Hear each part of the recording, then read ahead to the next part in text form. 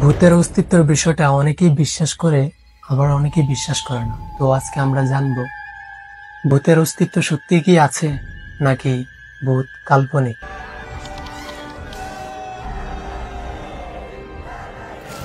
তো আর দেরি না করে ভিডিওটি শুরু করা যাক।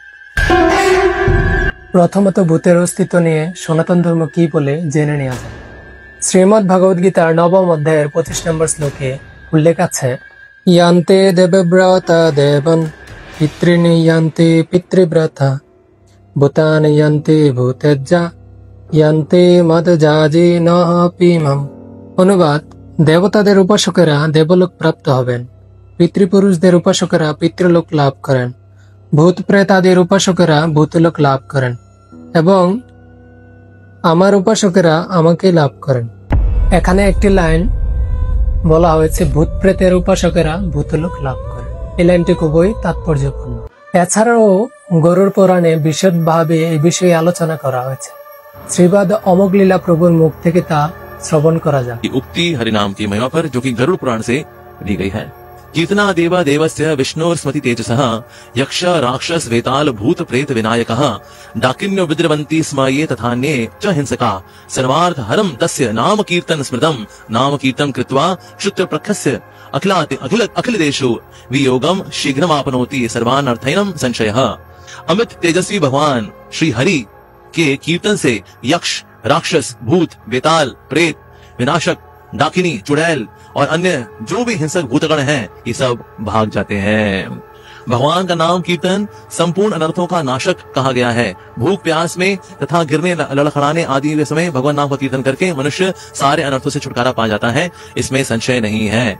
तो भूत प्रेत पिशाच ब्रह्म राक्षस इन सबका कल्याण कैसे होता है जी? ये भगवान के नाम से होता है। তো আমরা এর থেকে বুঝে গেলাম সনাতন ধর্ম অনুসারে ভূতের অস্তিত্ব অবশ্যই আছে।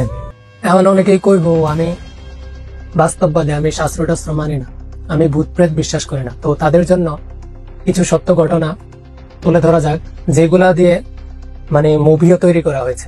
তো আমরা সেগুলো একটু দেখে আসি। 1973 সালে রিলিজ হওয়া দ্য এক্সোরসিস্ট সিনেমা উইলিয়াম পিটার ব্লাটের লেখা উপন্যাস থেকে এই ছবির গল্প নেওয়া হয়েছে। ছবিতে যদিও একটি মেয়ের উপর দুষ্ট আত্মা ভর করে, কিন্তু ব্লাটের উপন্যাসটি ছিল একটি ছোট ছেলেকে নিয়ে। ঘটনাটি নাকি সত্যি। 1949 সালে রোল্যান্ড ডো নামের ওই ছেলেটির উপর পিশাচ ভর করলে তা তাড়ানোর জন্য এক্সোরসিজম বা খারাপ আত্মা তাড়ানোর ব্যবস্থা করা হয়েছিল। এই ঘটনার সাক্ষীদের নিয়েও বই লেখা হয়েছে। অর্থাৎ 1949 সালের সত্য ঘটনাটি নিয়ে 1973 সালে একটি মুভি বানানো হয়, যা পুরোটাই সত্য ছিল। Number 2, child's play.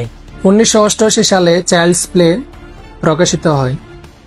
পুতুলের মধ্যে মৃত মানুষের আত্মা ঢুকে যাওয়ার গল্প নতুন নয়, কিন্তু এই গল্পকে পর্দার রূপ দিয়েছে চাইল্ডস প্লে ছবিটি। সত্য ঘটনার অবলম্বনেই এই ছবিটি তৈরি হয়। রবার্ট ইউজেন অটো নামের এক চিত্রশিল্পী ও লেখকের একটি পুতুলকে এই ছবিতে অভিশপ্ত বলা হয়। সেই পুতুল এখন আছে যুক্তরাষ্ট্রের ইস্ট মার্টেলো জাদুঘরে। এই পুতুলকে কেন্দ্র করে ছবিটি নির্মাণ করা হয়েছিল। Number 3, the conjuring 2। The conjuring 2013 সালে রিলিজ হয় এবং দ্য কনজুরিং 2 2016 সালে রিলিজ হয়। এডু লরেন ওয়ারেন দম্পতি বাস্তবে অনেক ভৌতিক সমস্যার সমাধান করেছেন। তাদের সেই কেসগুলো নিয়ে তৈরি হওয়া ছবির মধ্যে দ্য কনজুরিং সিরিজ অন্যতম। দ্য কনজুরিং ছবিতে ওয়ারেন দম্পতি ভৌতিক সমস্যায় আক্রান্ত একটি পরিবারকে সাহায্য করেন। বাস্তবে ওয়ারেন দম্পতি সেই ধরনেরই একটি ঘটনা সমাধান করেছিলেন 1971 সালে। কনজুরিং 2 ছবিটি তৈরি হয়েছে ইংল্যান্ডের একটি ভৌতিক সমস্যাকে কেন্দ্র করে।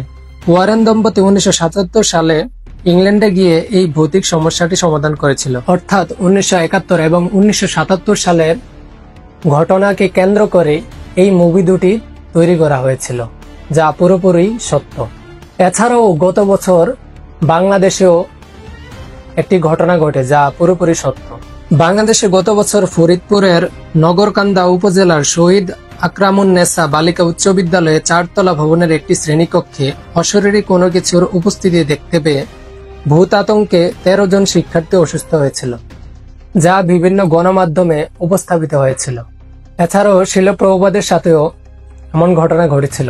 শিল প্রভুপাদ যখন গ্রন্থ ট্রান্সলেট করতেছিল তখন প্রভুপাদকেও ভূত নানাভাবে বিরক্ত করছিল। তখন শিল প্রভুপাদ ভয়ে ভীত না হয়ে উচ্চস্বরে হরে কৃষ্ণ মহামন্ত্র বলেন, ফলে তা শ্রবণ করে ভূত ভগবানের কাছে ফিরে যান। এছাড়াও বর্তমানে ভূতের অস্তিত্ব পাওয়ার জন্য বিভিন্ন যন্ত্রপাতি ব্যবহার করে থাকেন অনেকে। যাই হোক, পুরো বিষয় জানার পর আপনি কি মনে করেন, ভূতের অস্তিত্ব আছে নাকি নেই? অবশ্যই তা কমেন্ট করে বলবেন।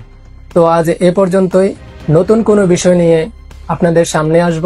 তো ততক্ষণ পর্যন্ত ফলো বা সাবস্ক্রাইব করে সাথেই থাকুন। হরে কৃষ্ণ।